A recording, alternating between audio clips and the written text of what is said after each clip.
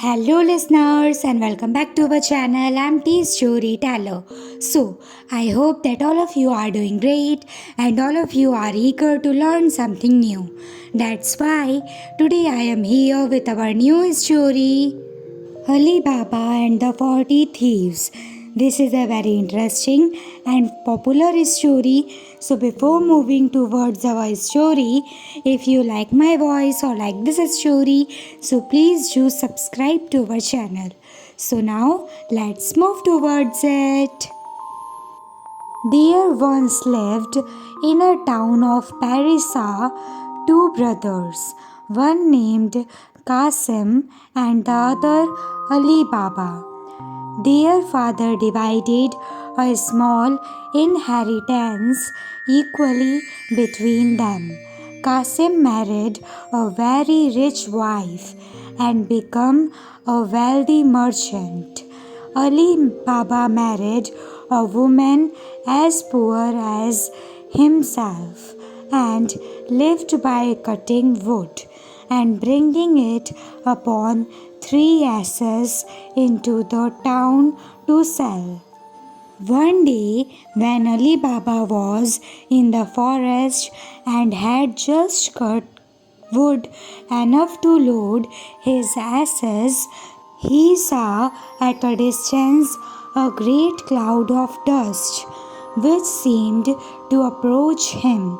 He observed it with attention and distinguished soon after a body of horsemen whom he suspected might be robbers. He determined to leave his asses to save himself. He climbed up a large tree planted on a high rock, whose branches were thick enough to conceal him, and yet enabled him to see all that passed without being discovered.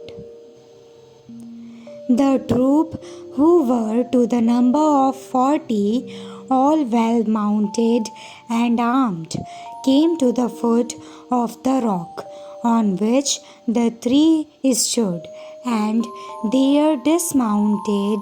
Every man unbridled his horse, tied him to same shrub, and hung about his neck of a bag of corn which they had brought behind them.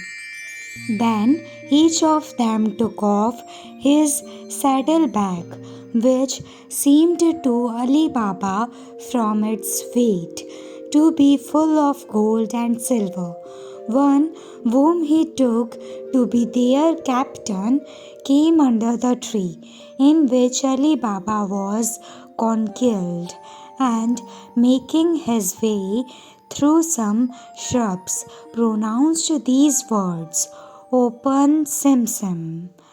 As soon as the captain of the robbers and thus spoken, a door opened in the rock, and after he had made all his troop enter before him, he followed them, when the door shut again of itself. The robbers stayed some time within the rock, during which Ali Baba, fearful of being caught, remained in the tree. At last the door opened again, and as the captain went in last, so he came out first, and stood to see them all pass by him.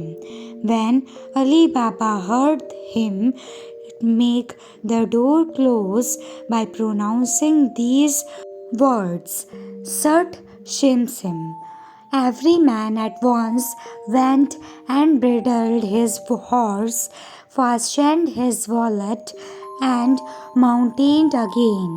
When the captain saw them all ready, he put himself at their head, and they returned the way they had come.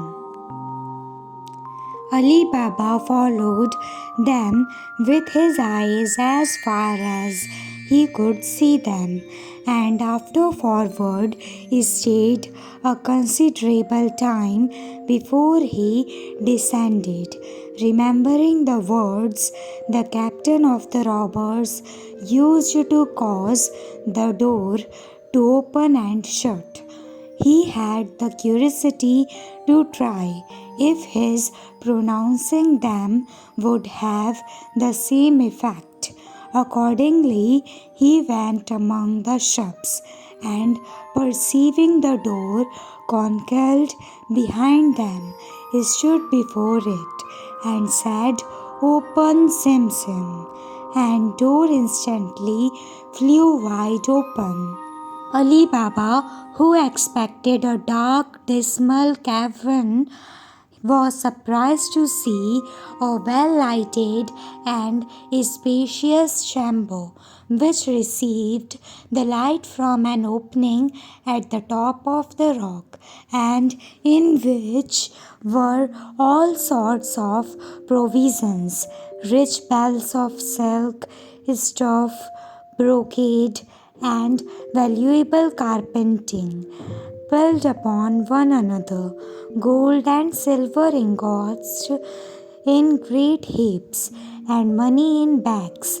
The sight of all these riches made him suppose that this cave must have been occupied for ages by robbers who had succeeded one another. Ali Baba went boldly into the cave and collected as much of the gold coin which was in bags as he thought his 3 asses would carry. When he had loaded them with the bags, he laid wood over them in such a manner that they could not be seen. When he had passed in and out as often as he wished, he stood before the door and pronouncing the words, "Shut, Sim Sim." The door closed of itself. He then made the best of his way to town. When Ali Baba got home, he drove his asses into the little yard, shut the gates very carefully, threw off the wood that covered the panels, carried the bags into the house, and arranged them in order before his wife. He then emptied the bags, which raised such a great heap of gold as dazzled his wife's eyes, and then he told her the whole adventure from beginning to end, and above all recommended her to keep it secret. The wife rejoiced greatly at their good fortune and would count all the gold piece by piece. "Wife," replied Ali Baba, "you do not know what you undertake. When you pretend to count the money you will never have done, I will dig a hole and bury it. There is no time to be lost. You are in the right, husband," replied she. "But let us know as high as possible how much we have. I will borrow a small measure and measure it. Will you dig it the hole?" Away the wife ran to her brother-in-law, Kazim, who lived just by, and addressing herself to his wife, desired that she lend her a measure for a little while. Her sister-in-law asked her whether she would have a great or a small one. The other asked for a small one. She bade her stay a little, and she would readily fetch one.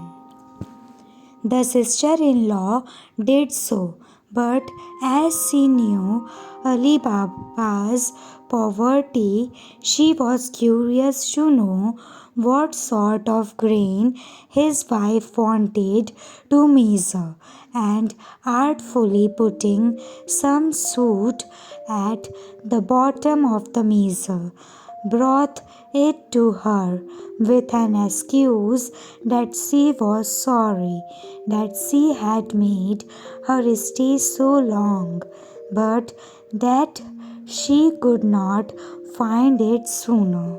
Ali Baba's wife went home, set the measure upon the heap of gold, filled it and emptied it often upon the sofa, till she had done, when she was very well satisfied to find the number of measures amounted to so many as they did, and went to tell her husband, who had almost finished digging the hole. When Ali Baba was burying the gold, his wife, to show her exactness and diligence to her sister in law, carried the measure back again, but without taking notice that a piece of gold had stuck to the bottom. Sister, said she, giving it to her again, you see that I have not kept your measure long. I am obliged to you for it, and return it with thanks. As soon as Ali Baba's wife was gone, Qasim looked at the bottom of the measure and was in inexpressible surprise to find a piece of gold sticking to it. Envy immediately possessed her breast. What, said she, has Ali Baba gold so plentifully as to measure it? Whence has he all this wealth? Kazim, her husband, was at its counting house. When he came home, his wife said to Qasim, I know you think yourself rich, but Ali Baba is infinitely richer than you. He does not count his money but measures it. Qasim desired her to explain the riddle, which she did by telling him the stratagem she had used to make the discovery, and showed him the piece of money, which was so old that they could not tell in what prince Ryan it was coined. Qasim, after he had married the rich widow, had never treated Ali Baba as a brother, but neglected him, and now, instead of being pleased, he conceived a base envy at his brother's prosperity. He could not sleep all that night, and went to him in the morning before sunrise. Ali Baba, said he, I am surprised at you. You pretended to be miserably poor, and yet you measure gold. My wife found this at the bottom of the measure you borrowed yesterday. By this discourse, Ali Baba perceived that Qasim and his wife, through his own wife's folly, knew that they had so much reason to conceal, but what was done could not be undone. Therefore, without showing the least surprise or trouble, he confessed all the offered his brother part of his treasure to keep the secret. I expect as much, replied Qasim hotly. But I must know exactly where this treasure is and how I may visit it myself when I choose. Otherwise, I will go and inform against you, and then you will not only get no more but will lose all you have, and I shall have a share for my information. Ali Baba told him all he desired, even to the very words he was to use to gain admission into the cave. Qasim rose the next morning long before the sun and set out for the forest with 10 mules bearing great chests which he designed to fill, and followed the road which Ali Baba had pointed out to him. He was not long before he reached the rock and found out the place by the tree and other marks which his brother had given him. When he reached the entrance of the cave, he pronounced the words, "Open, Simsim." The door immediately opened, and when he was in, closed upon him. In examining the cave, he was in great admiration to find much more riches than he had expected from Ali Baba's relation. He quickly laid as many bags of gold as he could carry at the door of the cave, but his thoughts were so full of the great riches he should possess that he could not think the necessary word to make it open, but instead of Simsim, said open barely, and was much amazed to find that the door remained fast shut. He named several sorts of grain, but still the door would not open. Qasim had never expected such an incident and was so alarmed at the danger he was in that the more he endeavored to remember the word Simsim, the more his memory was confounded, and he had as much forgotten it as if he had never heard it mentioned. He threw down the bags he had loaded himself with and walked distractedly up and down the cave without having the least regard to the riches that were around him. About noon, the robbers visited their cave. At some distance, they saw Qasim's mules straggling about the rock with great chests on their backs. Alarmed at this, they galloped full speed to the cave. They drove away the mules who strayed through the forest so far that they were soon out of sight, and went directly there, naked sabres in their hands, to the door, which on their captain pronouncing the proper words immediately opened.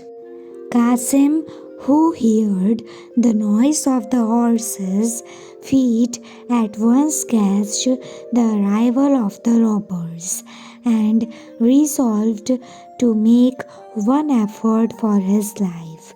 He rushed to the door, and no sooner saw the door open than he ran out and threw the leader down, but could not escape the other robbers, who with their schemators soon deprived him of life. The first care of the robbers after this was to examine the cave. They found all the bags which Qasim had brought to the door to be ready to load his mules and carried them again to their places. But they did not miss what Ali Baba had taken before. They holding a council and deliberating upon this occurrence, they guessed that Qasim, when he was in, could not get out again, but could not imagine how he had learned the secret words by which alone he could enter.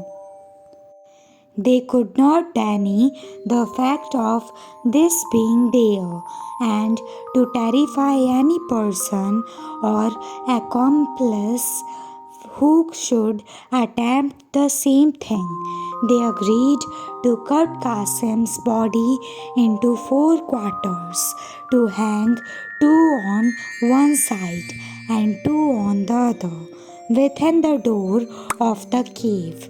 They had no sooner taken his resolution than they put it in execution, and when they had nothing more to detain them, left the place of their hoards well closed. They mounted their horses, went to beat the roads again, and to attack the caravans they might meet. In the meantime, Qasim's wife was very uneasy when night came and her husband was not returned.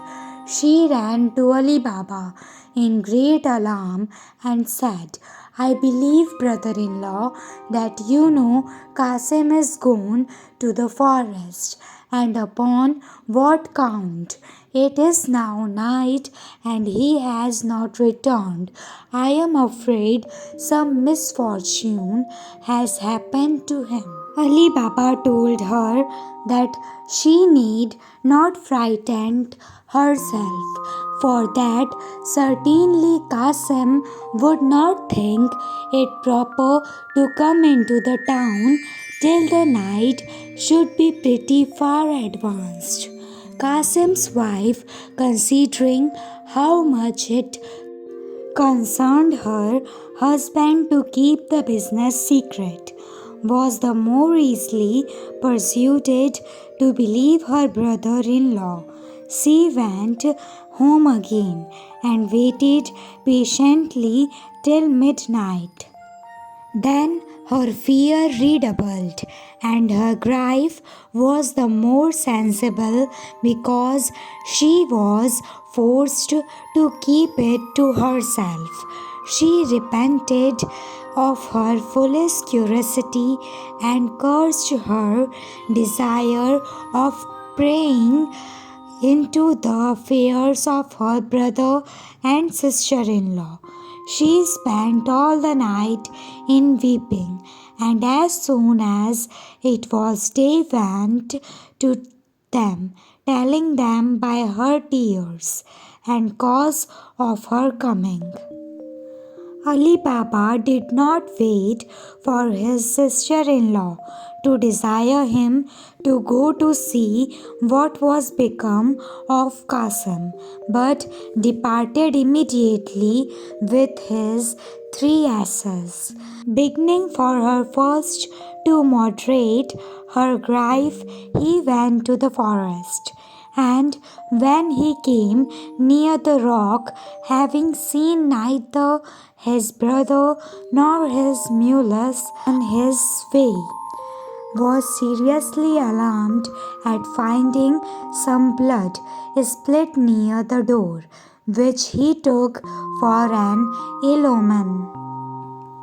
But when he had pronounced the word and the door had opened, he was struck with horror at the dismal sight of his brother's body. He was not long in determining how he should pay the last dues of his brother, but without adverting to the little fraternal affection he had shown for him, went into the cave to find something to enshroud his remains. Having loaded one of his asses with them, he covered them over with wood. The other two asses he loaded with bags of gold, covering them with wood also as before, and then binding the door shut.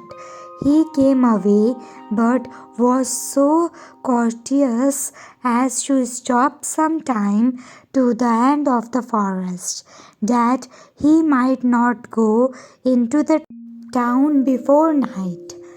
When he came home, he drove the two ashes loaded with gold into his little yard and left the care of unloading them to his wife, while he led the other to his sister-in-law's house. Alibaba knocked at the door, which was opened by Morgiana, a clever, intelligent slave who was fruitful in inventions to meet the most difficult circumstances.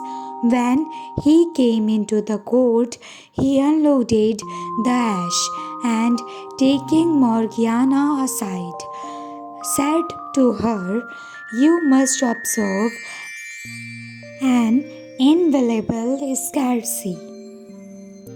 Your master's body is contained in these two panniers. We must bury him as if he had died a natural death. Go now and tell your mistress. I leave the matter to your wit and skillful devices." Ali Baba helped to place the body in Qasim's house, again recommended to Morgiana to act her part well, and then turned with his ash. Morgiana went out early the next morning to druggist and asked for a sort of lozenge which was considered efficacious in the most dangerous disorders. The apothecary inquired, was ill. She replied with a sigh, her good master Qasim himself, and that he could neither eat nor speak. In the evening, Morgiana went to the same druggist again, and with tears in her eyes asked for an essence which they used to give to sick people only when in the last extremity. "Else," said she, taking it from the apothecary, "I am afraid that this remedy will have no better effect than the lozenges, and that I shall lose my good master." On the other hand, as Ali Baba and his wife were often seen to go between Qasim's and their own house all that day, and to seem melancholy, nobody was surprised in the evening to hear the lamentable shrieks and cries of Qasim's wife and Morgiana, who gave out everywhere that her master was dead. The next morning at daybreak, Morgiana went to an old cobbler, whom she knew to be always ready at his stall, and bidding him good morrow, put a piece of gold into his hand, saying, "Baba, Mustafa, you must bring with you your swing tackle and come with me. But I must tell you, I shall blindfold you when you come to such a place. Baba Mustafa seemed to hesitate a little at these words. Oh, oh, replied he, you would have me do something against my conscience or against my honor. God forbid, said Morgiana, putting another piece of gold into his hand, that I should ask anything that is contrary to your honor. But only come along with me and fear nothing. Baba Mustafa went with Morgiana, who after she had bound his eyes with a handkerchief at the last she had mentioned, conveyed him to her deceased master's house, and never unloosed his eyes till he had entered the room where she had put the corpse together. Baba Mustafa, said she, you must make haste and sew the parts of his body together, and when you have done, I will give you another piece of gold. After Baba Mustafa had finished his task, she blindfolded him again, gave him the third piece of gold, as she had promised, and recommending his gracie to him, carried him back to the place where she first bound his eyes, pulled off the bandage, and let him go home, but watched him that he returned toward his stall till he was quite out of sight, for fear he should have the curiosity to return and dodge her. She then went home.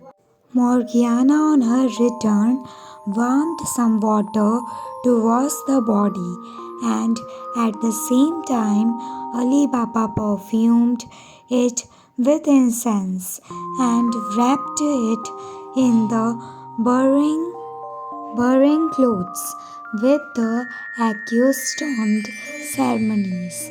Not long after, the proper officer brought the bier, and when the attendants of the mosque, whose business it was to wash the dead, offered to perform their duty, she told them it was done already.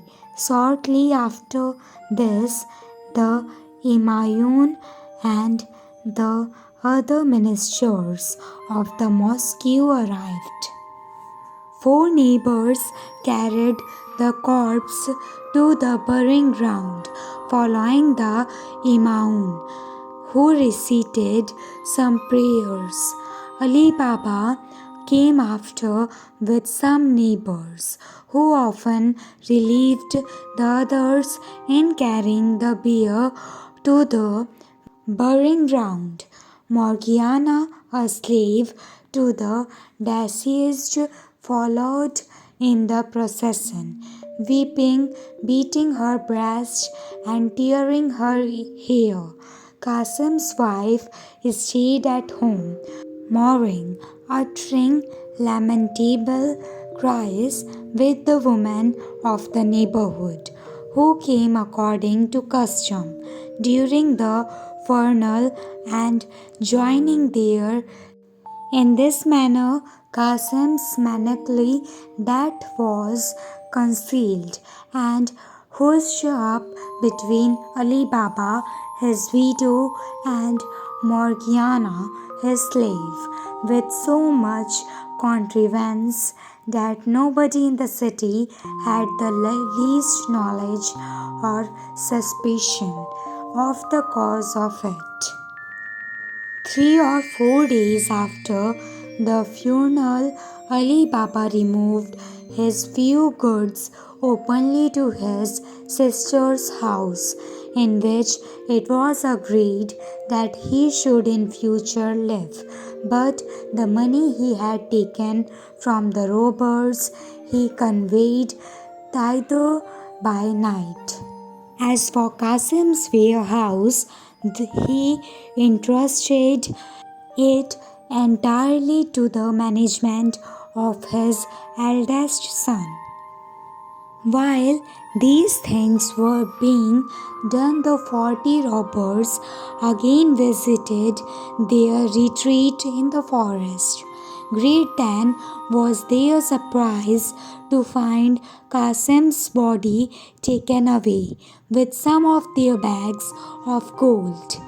"We are certainly discovered," said the captain.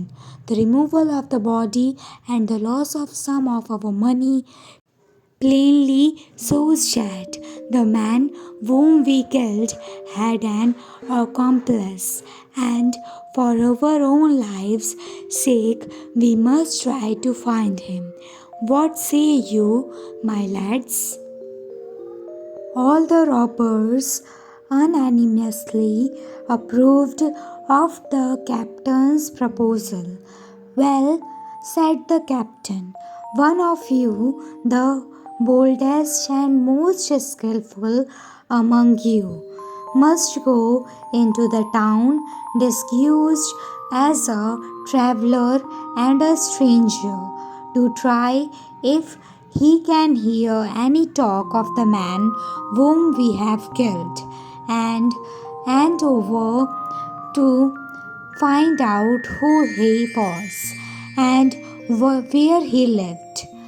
This is a matter of the first importance, and for fear of any treachery, I propose that whoever undertakes this business without success, even though the failure arises only from an error of judgment, shall suffer death."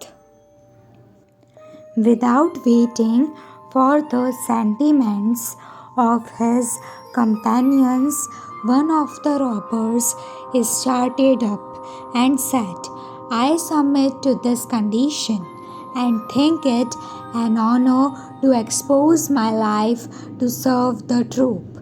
After this, robber had received great commendations from the captain and his comrades. He disguised himself so that nobody would take him for what he was, and taking his leave for the troop that night, he went into the town just at daybreak. He walked up and down till accidentally he came to Baba Mustafa's stall, which was always open before any of the shops. Baba Mustafa was seated with an owl in his hand, just going to work. The robber saluted him, bidding him good morrow, and perceiving that he was old, said, "Honest man, you being to work very early, is it possible that one of your age can see so well?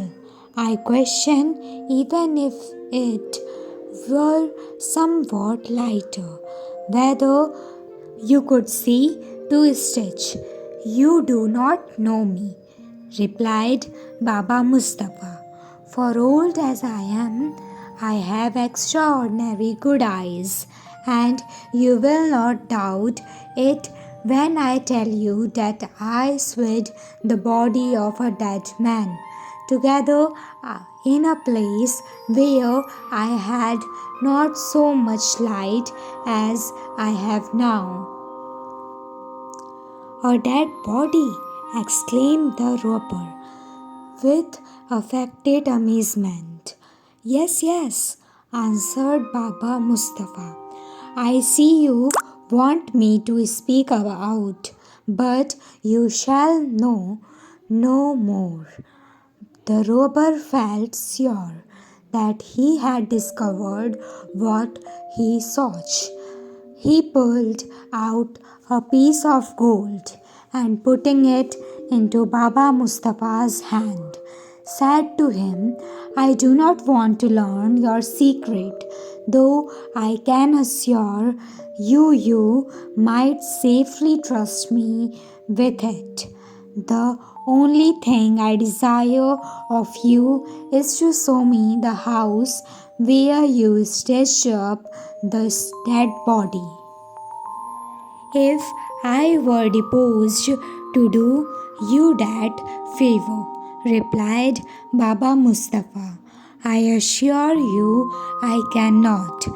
I was taken to a certain place whence I was led blindfold to the house and afterwards brought back in the same manner.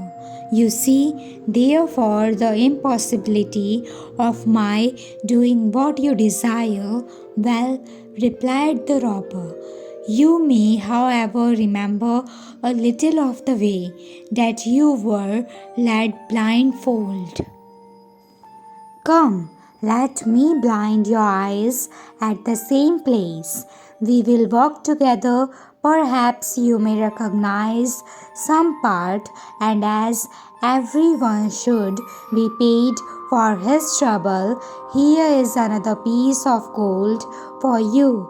Gratify me in what I ask you." So saying, he put another piece of gold into his hand. The two pieces of gold were great temptations to Baba Mustafa. He looked at them a long time in his hand without saying a word, but at last he pulled out his purse and put them in. "I cannot promise," said to the robber, "that I can remember the way exactly, but since you desire, I will try what I can do."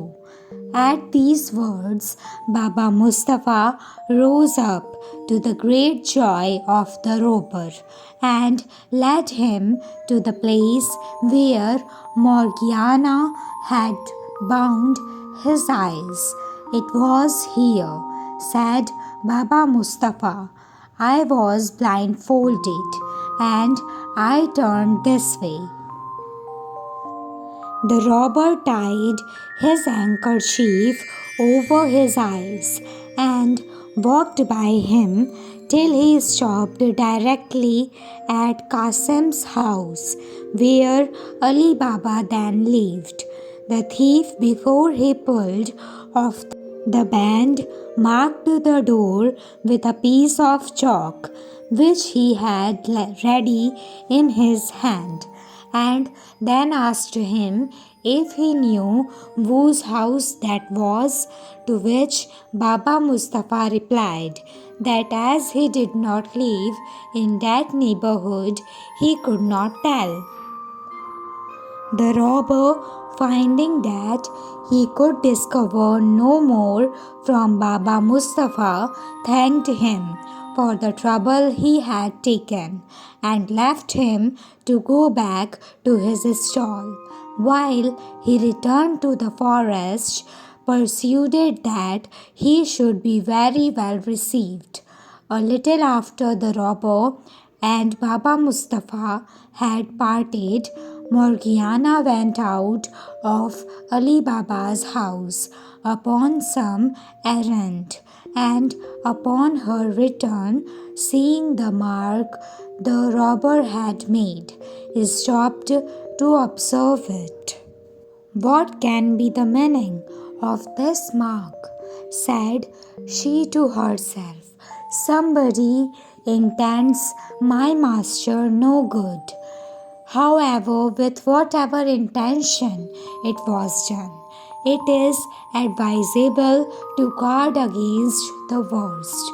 Accordingly, she fetched a piece of chalk and marked 2 or 3 doors on each side of the same manner, without saying a word to her master or mistress.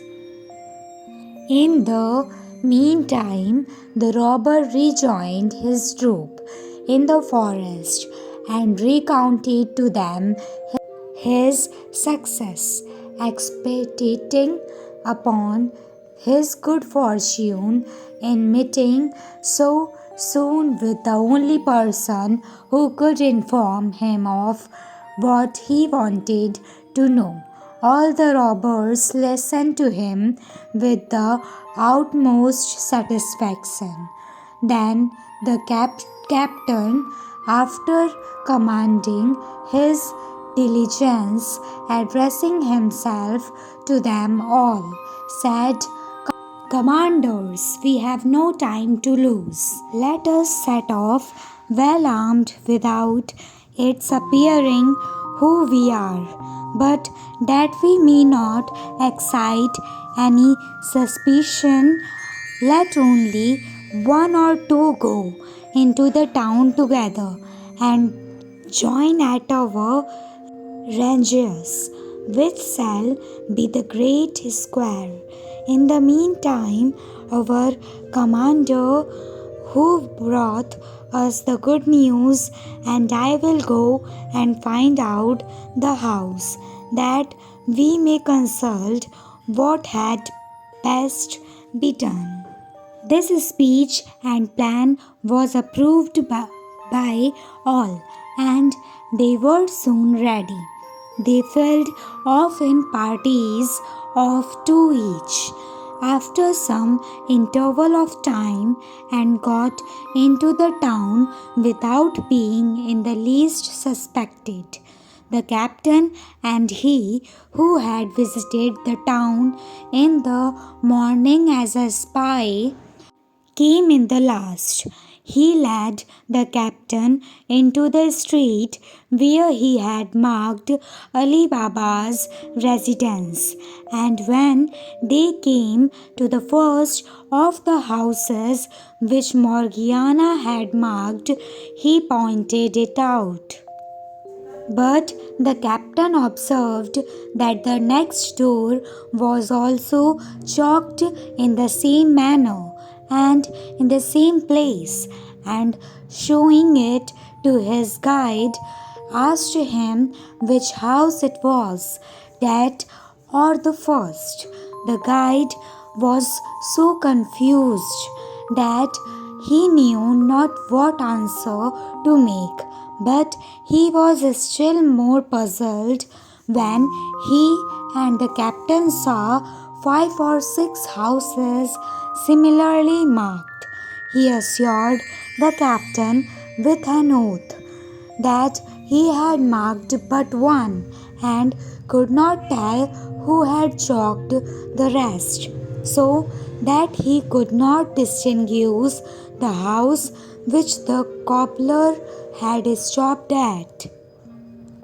The captain, finding that their design had proved aberrative, went directly to their place of residence and told his troop that they had lost their labor and must return to their cave.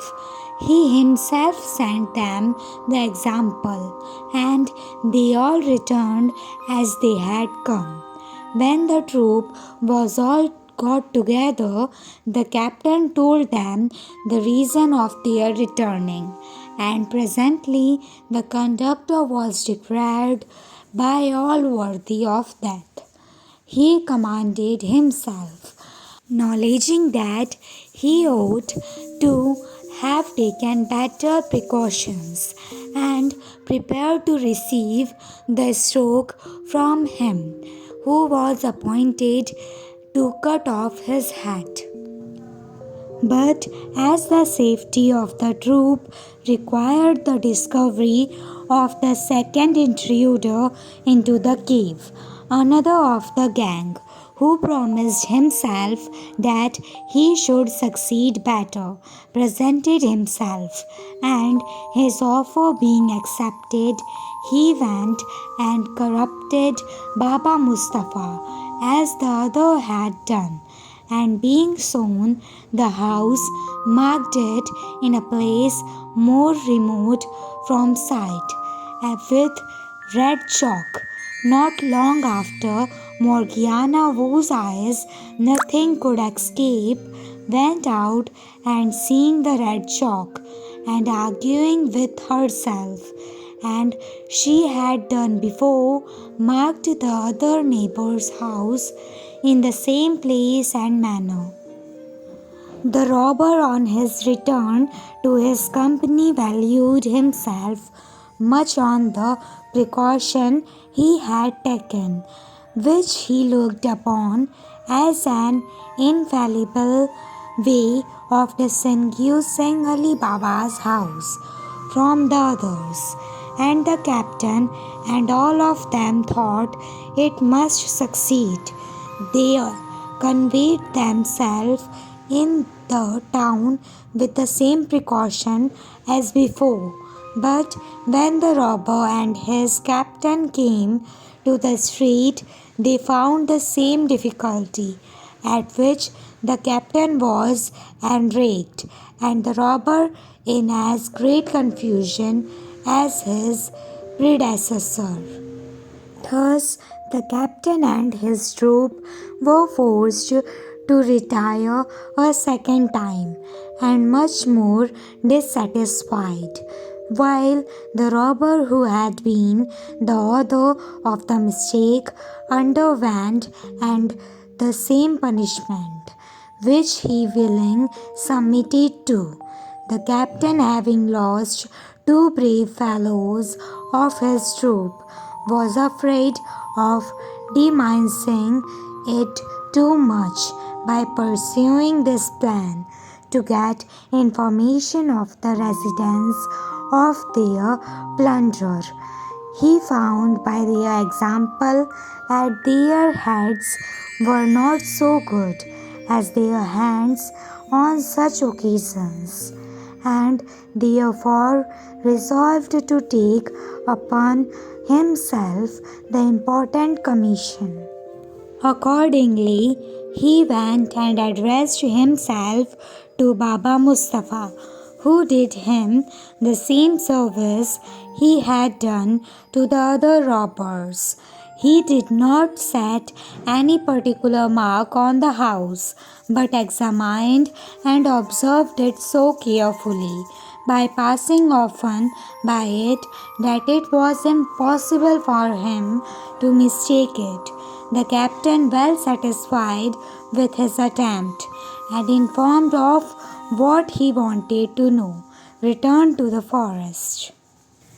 And when he came into the cave where the troop waited for him, said, "Now, commanders, nothing can prevent our full revenge, as I am certain of the house, and on my way either I have thought how to put it into execution. But if anyone can form a better expedient, let him communicate for it." He then told them his contrivance, and as they approved of it, ordered them to go into the villages about and buy 19 mules with 38 large leather jars, one full of oil and the others empty. In 2 or 3 days' time, the robbers had purchased the mules and jars, and as the mouths of the jars were rather too narrow for his purpose, the captain caused them to be widened, and after having put one of his men into each, with the weapons which he thought fit, leaving open the seam which had been undone to leave them room to breathe. He rubbed the jars on the outside with oil from the full vessel.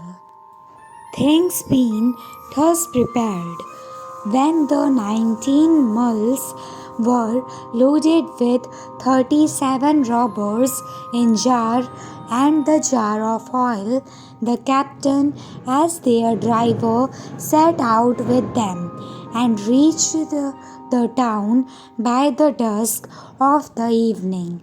As he had intended, he led them through the street till he came to Alibaba's, at whose door he designed to have knocked, but was prevented by his sitting thereafter, super to take a little fresh air.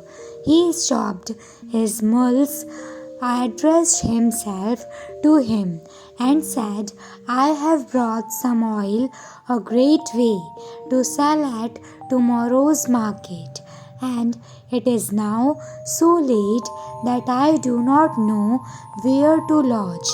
If I should not be troublesome to you, do me the favor to let me pass the night with you, and I shall be very much obliged by your hospitality. Though Ali Baba seen the captain of the robbers in the forest and had heard him speak, it was impossible to know him in the disguise of an oil merchant. He told him he should be welcome and immediately opened his gates for the mules to go into the yard. At the same time, he called to a slave and ordered him, when the mules were unloaded, to put them into the stable and to feed them, and then went to Morgiana to bid her get a good supper for his guest. After they had finished supper, Ali Baba, charging Morgiana afresh to take care of his guest, said to her, Tomorrow morning I design to go to the bath before day. Take care my bathing linen to be ready. Give them to Abdallah, which was the slave's name, and make me some good broth against I return. After this, he went to bed. In the meantime, the captain of the robbers went into the yard and took off the lid of each jar and gave his people orders what to do, beginning at the first jar and so on to the last. He said to each man, As soon as I throw some stones out of the chamber window where I lie, do not fail to come out, and I will immediately join you. After this he returned into the house, when Morgiana, taking up a light, conducted him to his chamber, where she left him, and he, to avoid any suspicion, put the light out soon after, and laid himself down in his clothes, that he might be the more ready to rise. Morgiana, remembering Ali Baba's order, got his bathing linen ready and ordered Abdallah to set on the pot for the broth.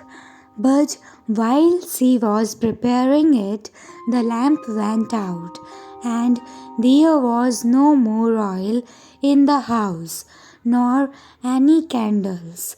What to do, she did not know. for the broth must be made. Abdallah, seeing her very uneasy, said, "Do not fret and tease yourself, but go into the yard and take some oil out of one of the jars." Morgiana thanked Abdallah for his advice, took the oil pot, and went into the yard.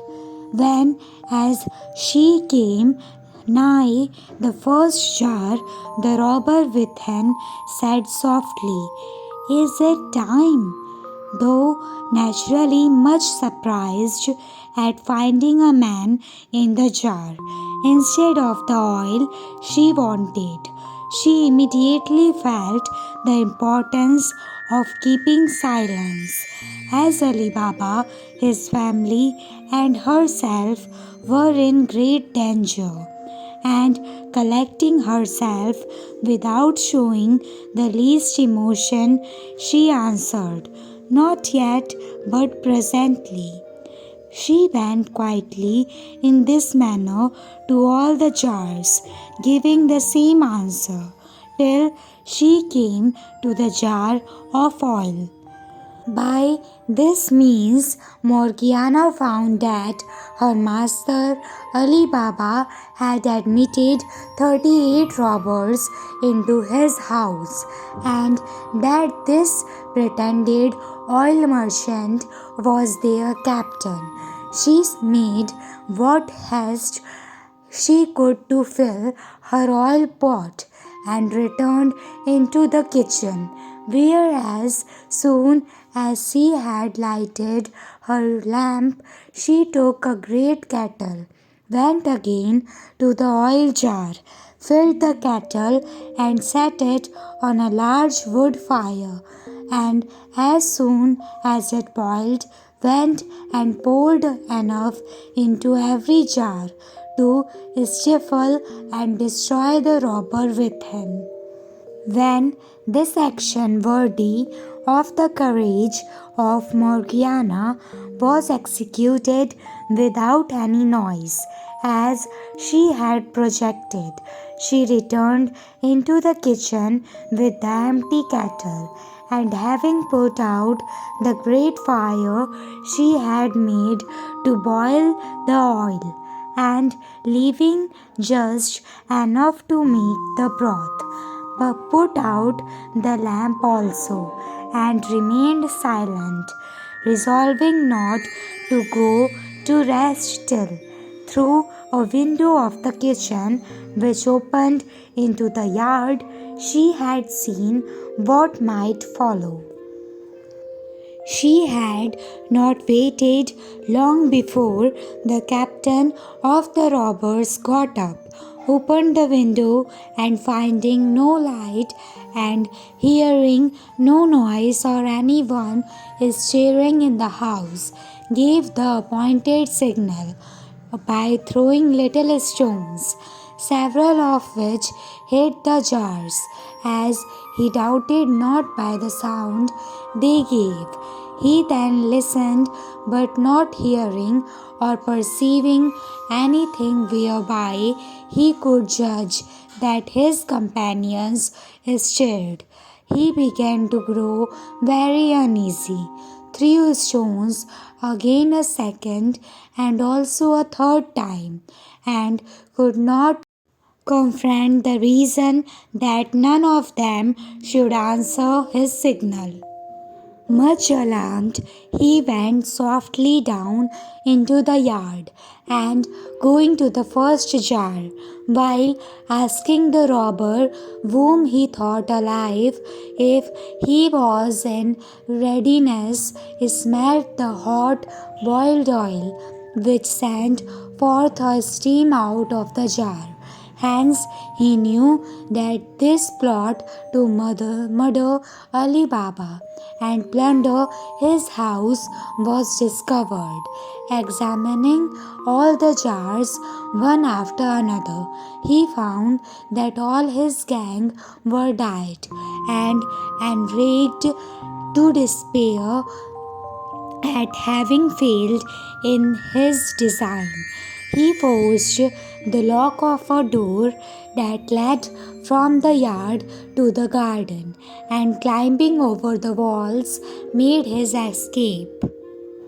When Morgiana saw him depart, she went to bed, satisfied and pleased to have succeeded so well in saving her master and family. Ali Baba rose before day and, followed by his slave, went to the baths, entirely ignorant of the important event which had happened at home. When he returned from the baths, he was very much surprised to see the oil jars and to learn that the merchant was not gone with the mules. He asked Morgiana, who opened the door, the reason for it. My good master, answered she, God preserve you and all your family.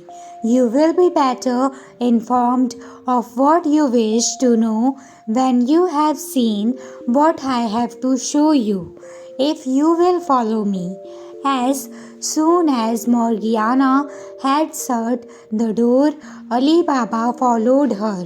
When she requested him to look into the first jar and see if there was any oil, Ali Baba did so, and seeing a man, started back in alarm and cried out. Do not be afraid, said Morgiana. The man you see there can neither do you nor anybody else any harm. He is dead. Oh, Morgiana, said Ali Baba, what is it you show me? Explain yourself. I will, replied Morgiana.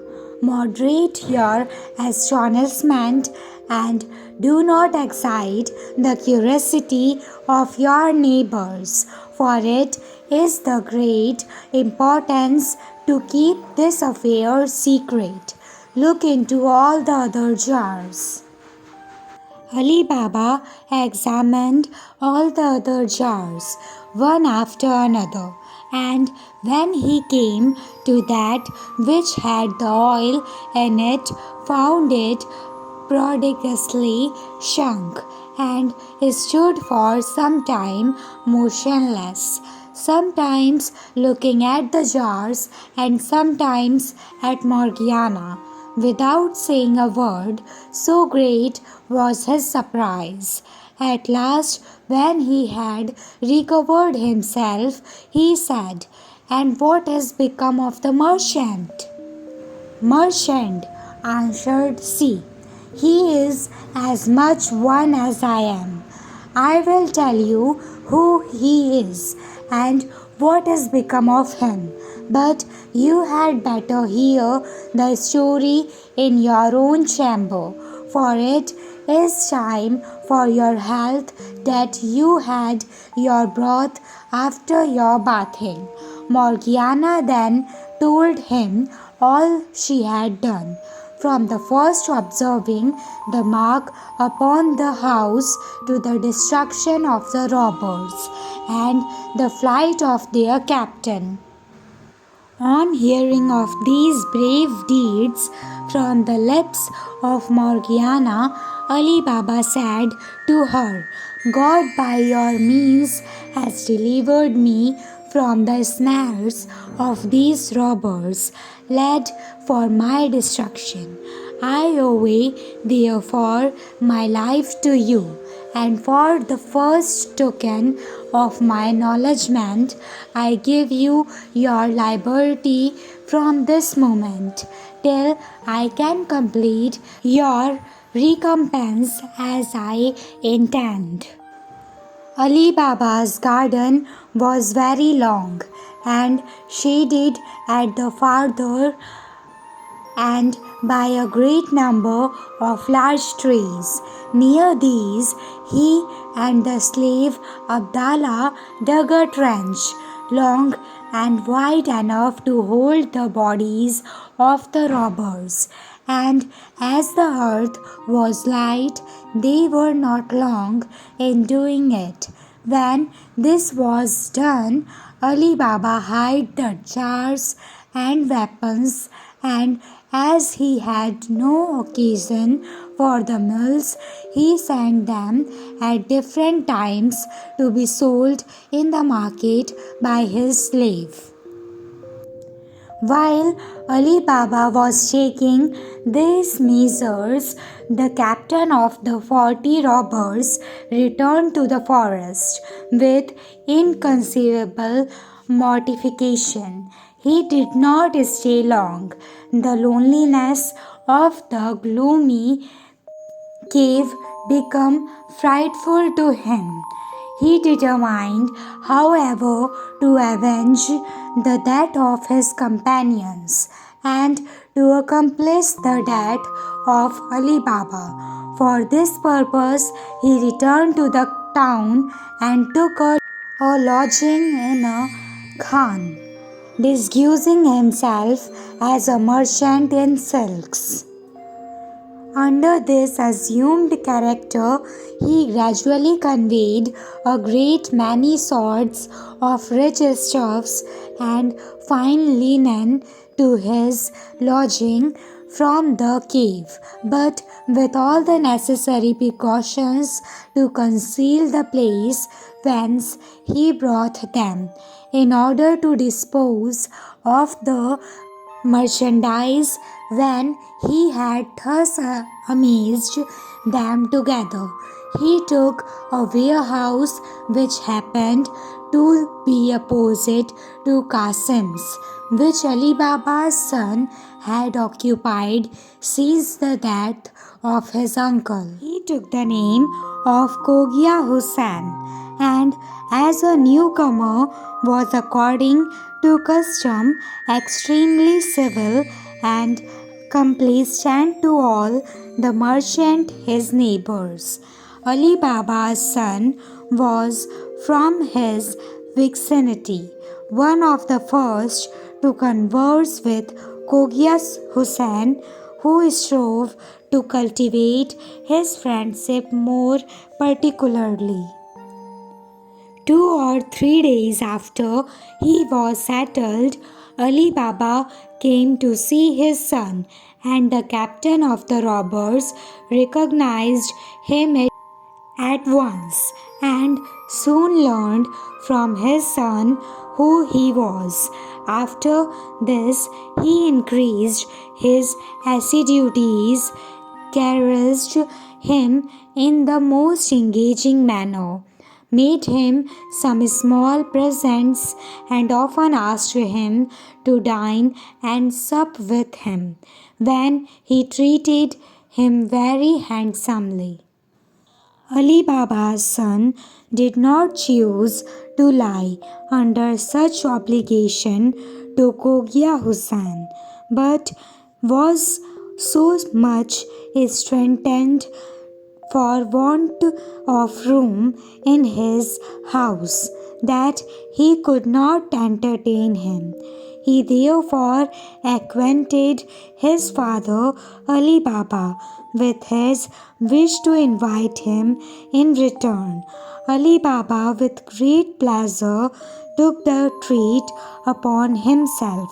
Son, he said, tomorrow being Friday, which is the day that the shops of such great merchants as Kogia Hussain and yourself are shut, get him to accompany you, and as you pass by my door, call in. I will go and order Morgiana to provide a supper. The next day, Ali Baba's son and Kogia Hussain met by appointment, took their walk, and as they returned, Ali Baba's son led Kogia Hussain through the street where his father lived, and when they came to the house, he stopped and knocked at the door. This, sir, said he, is my father's house, who from the account I have given him of your friendship, charged me to procure him the honor of your acquaintance, and I desire you to add this pleasure to those for which I am already indebted to you. Though it was the sole aim of Cogia Hussain to introduce himself into Ali Baba's house, that he might kill him without hazarding his own life or making any noise, let us excuse himself and offered to take his leave. But a slave, having opened the door, Ali Baba's son took him obeyingly by the hand and in a manner forced him in. Ali Baba received Cogia Hussain with a smiling countenance and in the most obliging manner he could wish. He thanked him for all the favors he had done his son, adding withal the obligation was the greater as he was a young man, not much acquainted with the world, and that he might contribute to his information. Cogia Hussain returned the compliment by assuring Ali Baba that though his son might not have acquired the experience of older men, he had good sense equal to the experience of many others. After a little more conversation on different subjects, he offered again to take his leave. When Ali Baba stopping him, said, "Where are you going, sir, in so much haste? I beg you will do me the honor to sup with me, though my entertainment may not be worthy your acceptance. Such as it is, I heartily offer it." "Sir," replied Cogia Hussain, "I am truly persuaded of your good will, but the truth is I can eat no victuals that have any salt in them. Therefore, judge how I should feel at your table. If that is the only reason," said Ali Baba, "it ought not to deprive me of the honor of your company. For in the first place, there is no salt ever put into my bread, and as to the meat we shall have tonight, I promise you there shall be none in that. Therefore, you must do me the favor to stay. I will return immediately." Ali Baba went into the kitchen and ordered Morgiana to put no salt to the meat that was to be dressed that night, and to make quickly 2 or 3 rogues beside what he had ordered, but be sure to put no salt in them. Morgiana, who was always ready to obey her master, could not help being surprised at his strange order. "Who is this strange man," said she, "who eats no salt with his meat? Your supper will be spoiled if I keep it back so long." "Do not be angry, Morgiana," replied Ali Baba. "He is an honest man. Therefore, do as I bid you." Morgiana obeyed, though with no little reluctance, and had a curiosity to see this man who ate no salt. To this end, when she had finished what she had to do in the kitchen, she helped Abdallah to carry up the dishes, and looking to Cogia Hussain, she knew him at first sight. notwithstanding his disguise to be the captain of the robbers, and examining him very carefully, perceived that he had a dagger under his garment. I am not in the least amazed, said she to herself, that this wicked man, who is my master's greatest enemy, would eat no salt with him, since he intends to assassinate him. But I will prevent him. Morgiana, while they were at supper, determined in her own mind to execute one of the boldest acts ever meditated. When Abdallah came for the dessert of fruit and had put it with the wine and glasses before Alibaba, Morgiana retired dressed herself neatly with a suitable headdress like a dancer, girded her waist with a silver gilt girdle, to which there hung a poniard with a hilt and guard of the same metal, and put a handsome mask on her face. When she had thus disguised herself, she said to Abdallah, "Take your tabor and let us go and divide our master and his son's friend. We do sometimes when he is alone." Abdallah took his tabor and played all the way into the hall before Morgiana, who, when she came to the door, made a low obeisance by way of asking leave to exhibit her skill, while Abdallah left off playing. "Come in, Morgiana," said Ali Baba, "and let Cogia Hussain see what you can do, that he may tell us what he thinks of your performance."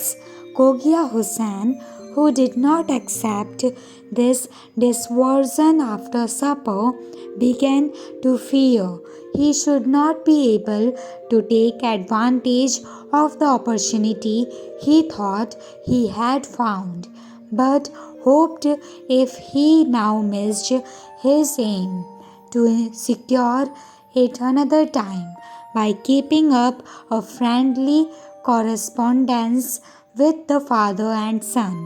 Therefore, though he could have wished Ali Baba would have declined the dance, he pretended to be obliged to him for it, and had the compliance to express his satisfaction at what he saw, which pleased his host.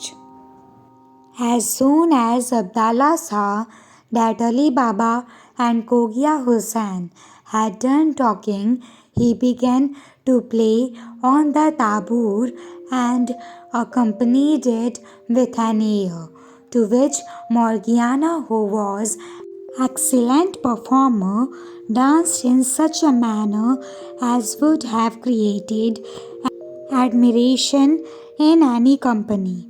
After she had danced several dances with much grace, she drew the poniard and, holding it in her hand, began a dance in which she outdid herself by the many different figures, light movements, and the surprising leaps and wonderful exertions with which she accompanied it. Sometimes she presented the poniard to one breast, sometimes to another, and oftentimes seemed to strike her own. At last she snatched the tabor from Abdallah with her left hand, and holding the dagger in her right, represented the other side of the tabor after the manner of those who get a livelihood by dancing and solicit the liberty of the spectral Baba put a piece of gold into the tabor, as did also his son. And Kogia Hussain, seeing that she was coming to him, had pulled his purse out of his bosom to make her a present. But while he was putting his hand into it, Morgiana, with a courage and resolution worthy of herself, plunged the poniard into his heart. Ali Baba and his son, shocked at this action, cried out aloud, "Unhappy woman!" exclaimed Ali Baba, "what you have done? To ruin me and my family. It was to preserve, not to ruin you," answered Morgiana. "For she here," continued she, opening the pretended Kogia Hussein's garment and showing the dagger, "what an enemy you had entertained! Look well at him, and you will find him to be both the fictitious oil merchant and the captain of the gang of 40 robbers. Remember too that he would eat no salt with you, and what would you have more to pursued you of his wicked design. Before I saw him, I suspected him. As soon as you told me you had such a guest, I knew him, and find that my suspicion was not groundless." Ali Baba, who immediately felt the new obligation he had to Morgiana for saving his life a second time, embarrassed her. "Morgiana," said he, "I gave you your liberty, and then promised you that my gratitude should not stop there, but that I would soon give you higher proofs of its sincerity, which I now do by making you my daughter-in-law." Then, addressing himself to his son, he said, "I believe you, son, to be so dutiful a child that you will not refuse Morgiana for your wife. You see that Kogia Hussain sought your friendship with a treacherous design to take away my life, and if he had succeeded, there is no doubt but he would have sacrificed you also to his revenge. Consider that by marrying Morgiana, you marry the preserver of my life and your own." The son, far from showing any dislike, readily consented to the marriage, not only because he would not disobey his father, but also because it was agreeable to his inclination. After this, they thought of burying the captain of the robbers with his commanders, and did it so privately that nobody discovered their bones till many years after, when no one had any concern in the publication of this remarkable history. A few days afterward, Ali Baba celebrated the nuptials of his son and Morgiana with great solemnity, a sumptuous feast, and the usual dancing and spectacles, and had the satisfaction to see that his friends and neighbors whom he invited had no knowledge of the true motives of the marriage, but that those who were not unacquainted with Morgiana's good qualities commended his generosity and goodness of heart. Ali Baba did not visit the robber's cave for a whole year, as he supposed the other two, whom he could get no account of, might be alive. At the year's end, when he found they had not made any attempt to disturb him, he had the curiosity to make another journey. He mounted his horse, and when he came to the cave, he alighted, tied his horse to a tree, and approaching the entrance, pronounced the words, "Open, Samsam," and the door opened. He entered the cave, and by the condition he found things in, judged that nobody had been there since the captain had fetched the goods for his shop. From this time, he believed he was the only person in the world who had the secret of opening the cave, and that all the treasure was at his sole disposal. He put as much gold into his saddlebag as his horse would carry and returned to town. Some years later, he carried his son to the cave and taught him the secret, which he handed down to his posterity, who, using their good fortune with moderation, lived in great honor and splendor. The end. So now, finally, our story, Ali Baba and the 40 Thieves, was completed. So, how was the story? Share your opinions in the comment box. And if you like this story, so please do like, share, subscribe, and comment on our channel. Thanks for listening.